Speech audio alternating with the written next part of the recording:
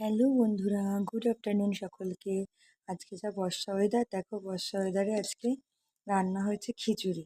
খিচুড়ি খেতে গিয়ে আমার ভীষণ ভীষণ একটা কথা মনে পড়ছে, সেটা হচ্ছে আমার ভাই প্রচণ্ড খিচুড়ি খেতে ভালোবাসতো। ও বাড়ি আসলে বৃষ্টি হলেই বলতো, দিদি খিচুড়ি করবি, দিদি খিচুড়ি করবি, এইরকম। তা খিচুড়ি খেতে গিয়ে খানিকটা কষ্টও হচ্ছে, চোখে জলও আসছে ওর জন্য, ওর কথা ভেবে।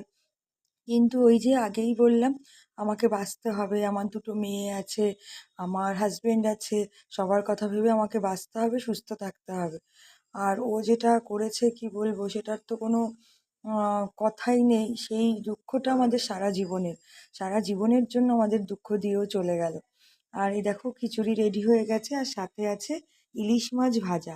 খিচুড়ি আর ইলিশ মাছ ভাজার কম্বিনেশনটা কেমন, অবশ্যই কমেন্ট করে জানাবে কিন্তু। বাই বাই, তাহলে আমি খিচুড়ি নিয়ে নিই।